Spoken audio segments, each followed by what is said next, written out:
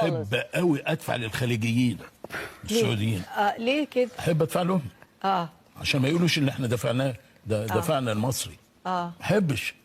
ويحلفوا وانا احلف واروح ادفع. اسالي السواق اللي معايا والسكرتير بتاعي.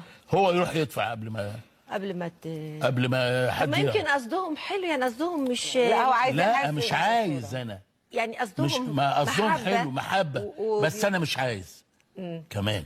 بتحرج ما تحبش؟ لا احب مصر قوي. طب وماله؟ ده من معلش انا شفت واحد بيتكلم انه بيصف علينا. واحد قال كده يعني؟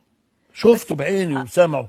ايوه بس مش كل الناس ما هو انا باخد بقى دي قاعده، يعني اللي انت ما تخليش حد يمن عليكي. بص اصل هو واحد وما الاقي ناس بقى كويسه وبيدفعوا يعني كصداقه كصداقه ممكن، لكن يمن عليا لا.